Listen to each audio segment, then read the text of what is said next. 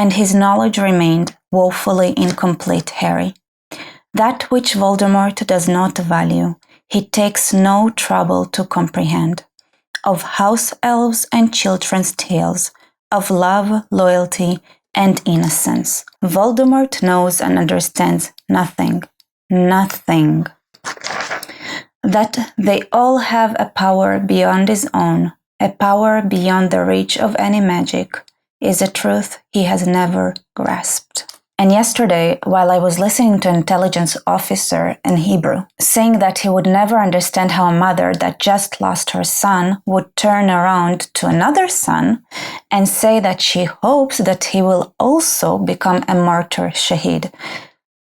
And that is basically saying, I hope you will die. Then I had that idea because I remembered something. And I really wanted, making this video, to try to focus as much as possible in Western thinking and culture. So, to explain why mother's love should not be taken for granted, I'm gonna use Harry Potter books. Don't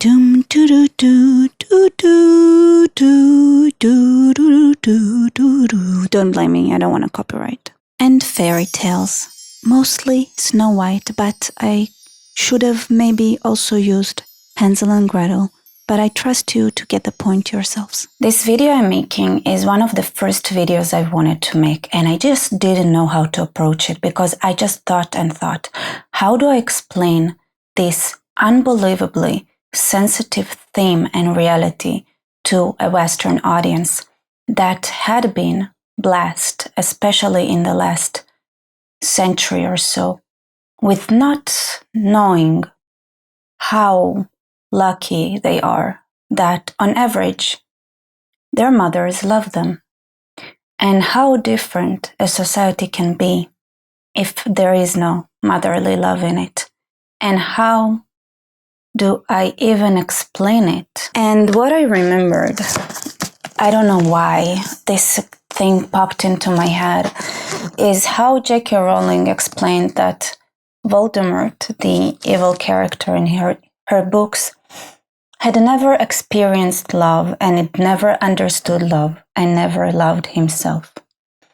And I thought it was fascinating because there is a lot on how Voldemort grew up that is the key to understand the reasons that you can have societies where mother's love is a lot less common than the ideal. That which Voldemort does not value, he takes no trouble to comprehend. Of house elves and children's tales, of love, loyalty, and innocence, Voldemort knows and understands nothing. Nothing. Okay, so I start with that because I've said, I think many times before, how important tales are. That which Voldemort does not value, he takes no trouble to comprehend. What we don't value right now as a society is our own culture and the culture that had made the West the way it is. What the Western world did is to actually hide the fact that there is a good chance that in those original tales, it wasn't a stepmother that had been chasing her or daughter. It could have just as well been the mother herself, right? The biological mother that was jealous of her own daughter. Especially, let's talk about Snow White, where you have the jealous stepmother that wants to basically eliminate her own child because she is prettier than her. But why would a mother hate her child? Da, da, da, da, da. The secret is in Harry Potter. Lost the melody, sorry. I thought it would be in the book, but disappointingly it's not. But J.K. Rowling later stated that the reason that Voldemort could not have felt love is because his mother had used a love potion to make the father fall for her, which is, using love potion and everything like that is a very cutesy way to say it's some sort of Grip. So I'm reading from Wikipedia now. Lord Voldemort is a character and the main antagonist in J.K. Rowling's series Harry Potter novels. Rowling said Voldemort was invented as a nemesis for Harry Potter and she intentionally did not flesh out Voldemort's backstory at first. Here is a part where Dumbledore explains to Harry how Voldemort was created. You know, how you say it? The something in bees? Something in bees. You know. The technical, but not the actual technical part, but the story around it. And they ended up married, Harry said in disbelief, unable to imagine two people less likely to fall in love. That is, Voldemort's parents. I think you're forgetting, said Dumbledore, that Merope was a witch. Can you not think of any measure Merope could have taken to make Tom Riddle forget his Muggle companion and fall in love with her instead? Muggle companion, that's his girlfriend, wife. Muggle is somebody without magic. I don't know, like I guess some people here don't know this story, but it's common enough, it's pretty common. So, can you not think of any measure Merope could have taken to make Tom Riddle forget his Muggle companion and fall in love with her instead? The Imperious Curse? Harry suggested, or a love potion. Very good. Personally, I am inclined to think that she used a love potion. Rowling also stated that Voldemort's conception by influence of Immorternetia, a love potion, administered by his mother, a witch named Merope Gaunt, to the Muggle Tom Riddle, is related to his inability to understand love. It is a symbolic way of showing that he came from loveless union. But of course, everything would have changed if Merope had survived and raised him herself and loved him. The enchantment under which Tom Riddle fathered Voldemort is important, because it shows coercion, and there can't be many more prejudicial ways to enter the world as a result of such union. The other extreme form of that is when, of course, the child is a result of not a love potion, but unwanted relations with usually a man that forces themselves on a woman. And that is very common when you have arranged marriage. Basically, every relation you have when it comes to clearly unbalanced society, when there is one gender that has an extreme amount of power versus the other gender, how likely do you think it is that this gender that is being suppressed and used as a tool and there is no regards to her preferences would feel about their partner? Unfortunately, they are powerless when it comes to adults of opposite gender, but they are not when it comes to their own children. That's where you see it's extremely common in that kind of society that women would beat their own children almost to death, that they wouldn't care about whether or not something happens to them, where they would get assaulted by others and they would not even react, where they would be in danger but they would not step up and protect them. And there is not many phenomena I can think of that make you hate yourself more than having a mother that doesn't love you. And here is another fact that we know about the royalty in Europe, which is the story of Snow White, is that for most cases, royalty especially, they married not out of love, but out of necessity. Well, just for fun, I wanted to check how bad it is when it comes to royalty and motherhood. I kind of looked for the worst mothers that are royal, and then I realized maybe I should look for mothers that were actually good, because I think the standards for motherhood in royalty was pretty low. That, every mother that didn't kill her own children is kind of good. This is hilarious. This is what Queen Victoria, not that long ago, said about her children. That she gets no special pleasure or compensation from her children. And I saw this person that wrote on Quora I think he summarized it pretty well. Royalty never have a close relationship with any of their offsprings from birth and even when conceiving them. Even though Queen Victoria had 9 offsprings, she hated pregnancy and refused to breastfeed any of her kids. Victoria was never particularly cozy mom, candidly acknowledging early on that she derived no special pleasure or compensation from her children. And when it comes to Sissi, another famous empress, I think her full name is Empress Elizabeth of Austria, here is what she said. I found this beautiful quote. It's because, I realized that at some point they were all probably pretty bad mothers. So I just decided to look up some famous royalties and, just to see what the section about them being a mother looks like. And I'm going to stop here because my channel is not about royalty, but I think, more than one example is a good idea. Okay, so let me find the quote. So this is what Sissi had said. Children are the curse of a woman, for when they come, they drive away beauty, which is the best gift of the gods. Yeah, talk about motherly love. So, and you're wondering why royalty tends to be so cruel all the time. You have the answer. The person that was chasing Snow White for her beauty was not her stepmother, but her actual mother. And that is important because that is a lesson that we had forgotten, that the children's tale tell us.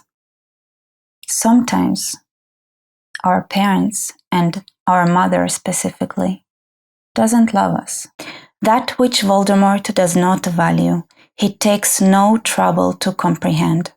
Of house elves and children's tales, of love, loyalty, and innocence. I live in the Middle East, okay? There are things here that you see that you don't see there, and I also have another reason and culture that I'm familiar with, but there is a reason it took me some time to realize how to even approach this topic in a way that, because I feel this topic is a taboo. My father had grown up in a society which is majority, the Christians were like that, okay? I want to step away from a certain religion that we all know is very problematic.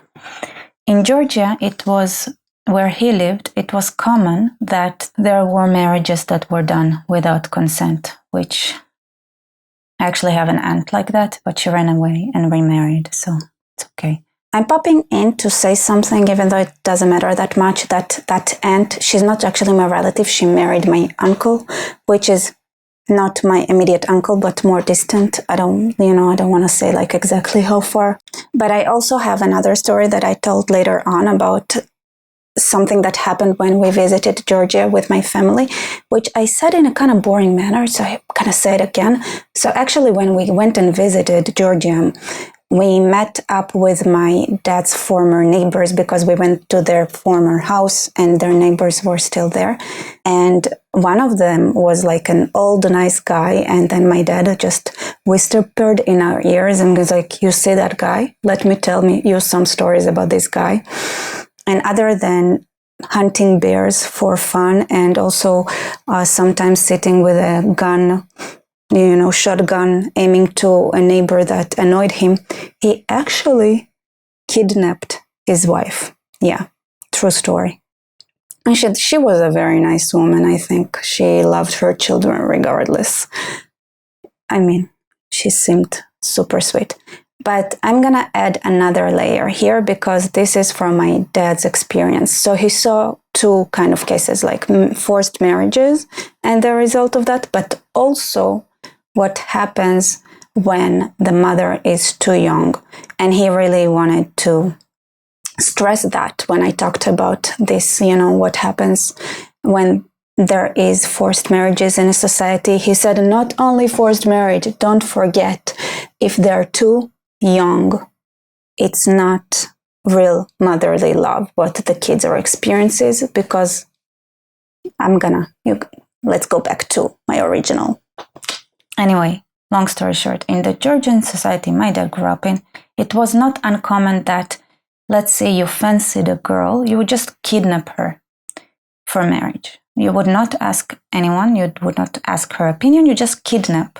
Once you kidnap her, she's yours. When I talked about that subject to my father, he was like, I grew up seeing that, and I know exactly what it means, that there is and cannot be motherly love when the child is unwanted or forced upon the mother. He was like, I'm more, it's like, why? Sometimes, like, my father is even, like, because he grew up in a society like that, he saw that this woman didn't love their children because that child would remind them of the person they hated the most. They didn't love it. And the other instances where my father would say, if the mother is too young, my dad is like very much against having children if you're too young. Even if they manage to survive the labor, which is unnatural until a certain age, it's very, very risky. Even if they're 15, let's say, and I would say even 16, those are the ages that my dad says are still too young, were very, very common ages to give birth in the society he grew up in Georgia.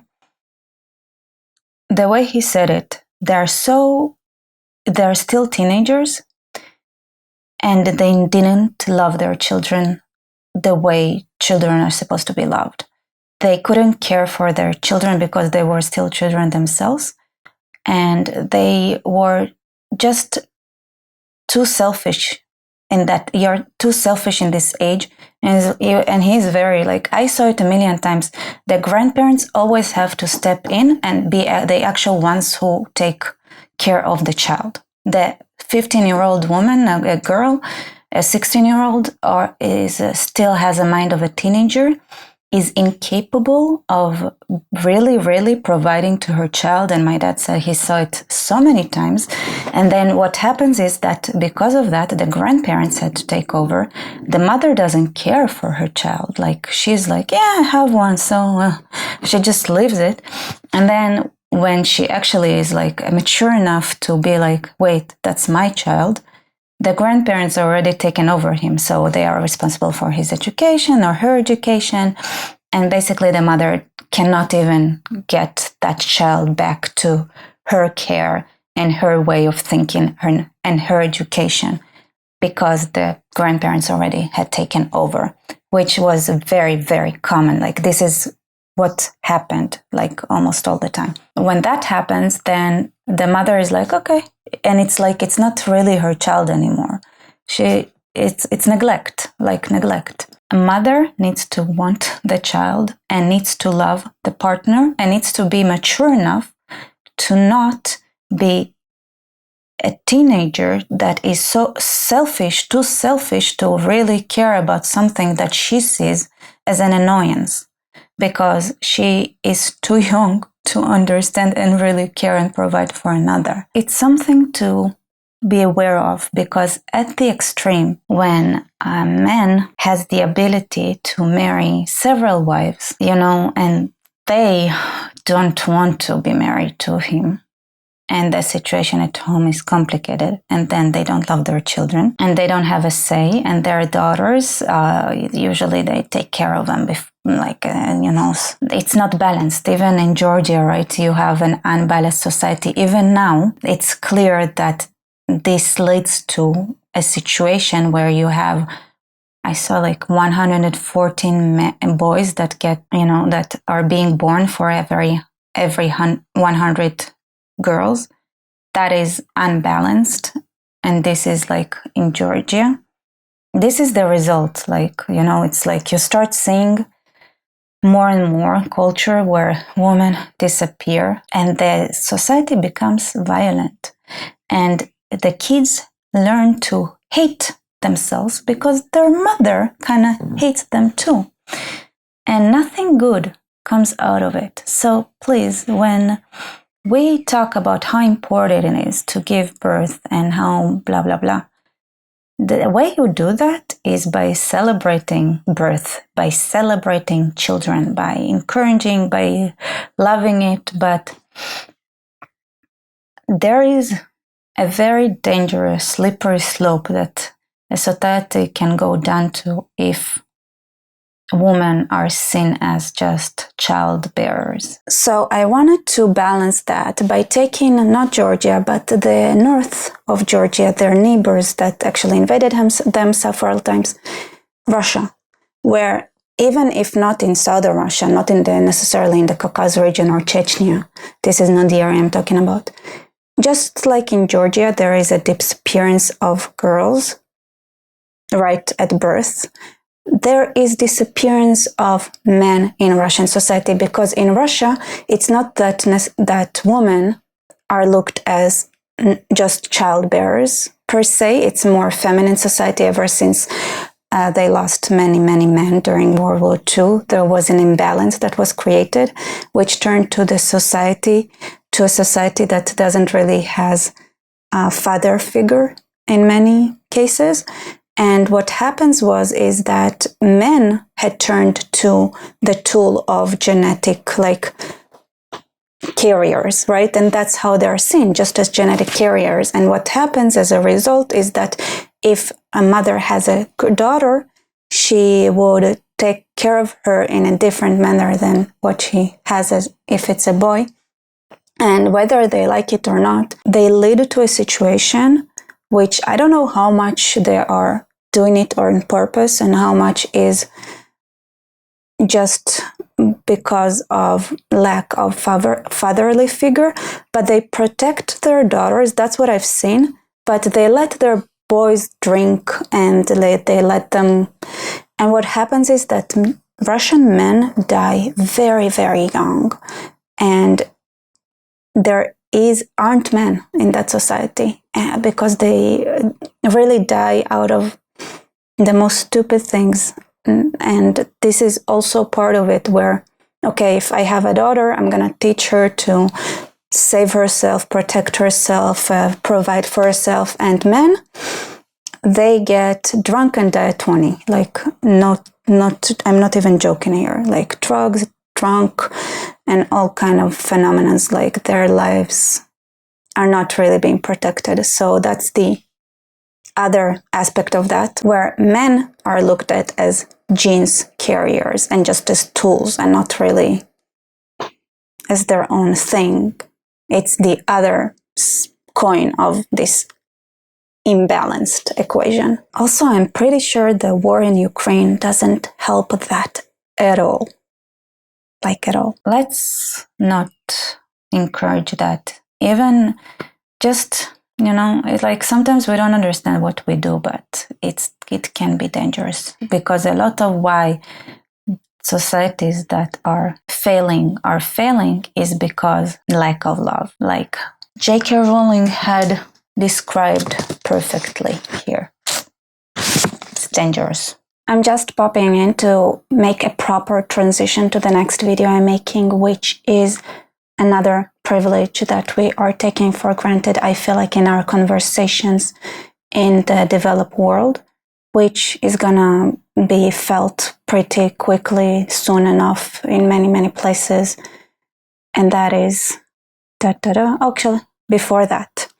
So now that we understood what causes the lack of motherly love in a society, I want to talk about the side effects. And I'm going to use Voldemort again and the way J.K. Rowling described him to have an intuitive explanation of what happens. Rowling described Voldemort as the most evil wizard for hundreds and hundreds of years. She elaborated that he is a raging psychopath, devoid of normal human responses to other people's suffering, and his only ambition in life is to become all-powerful and immortal. He is also a sadist who hurts and murders people, especially Muggles, for his own amusement. He has no conscience, feels no remorse or empathy, and does not recognize the worth of humanity in anybody except himself. He feels no need for human companionship or friendship, and cannot comprehend love or affection for another. He believes that he is superior to everyone around him, to the point that he frequently refers to himself in a third person as Lord Voldemort. Rowling also stated that Voldemort's conception by influence of Immorternetia, a love potion, administered by his mother, a witch named Merope Gaunt, to the Muggle Tom Riddle, is related to his inability to understand love. It is a symbolic way of showing that he came from loveless union. But of course, everything would have changed if Merope had survived and raised him herself and loved him. The enchantment under which Tom Riddle fathered Voldemort is important, because it shows coercion, and there can't be many more prejudicial ways to enter the world as a result of such union. I get it that you might understand what it's like when it's here and there, when it's extreme cases, but I don't know if the West can imagine if that is the common, at least 25% of the population. Here's the thing. When we're talking about Western society, the way we are used to it, when it's developed and nicely structured, is that those cases are on the fringe, and in a worst case scenario, jail, right? Well, the next video on the things we are taking for granted, I'm gonna talk about that thing, jail. Jail is something we definitely take for granted, and we should really not. Anyway, in a nicer tone, let me finish up this video, and I'll see you in part 2. Well, thank you for watching. Like, comment, subscribe. I have a Buy Me Coffee link below if you guys want to support me. See you later. Now, when it comes to actual numbers, I know some would pop in the comments and say, oh, you're just bashing. What are you saying?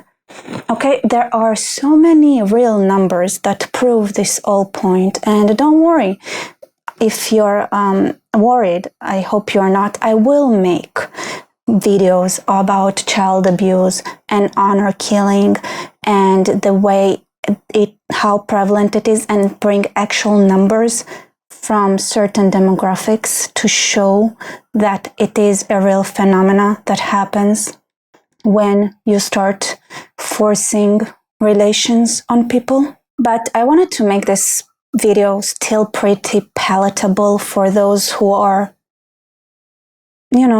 not into seeing brutal reality, which I tend to forget, like how unaware so many in the West are of how brutally awful, unimaginably, and the numbers that I can show you are, and the stories I can bring.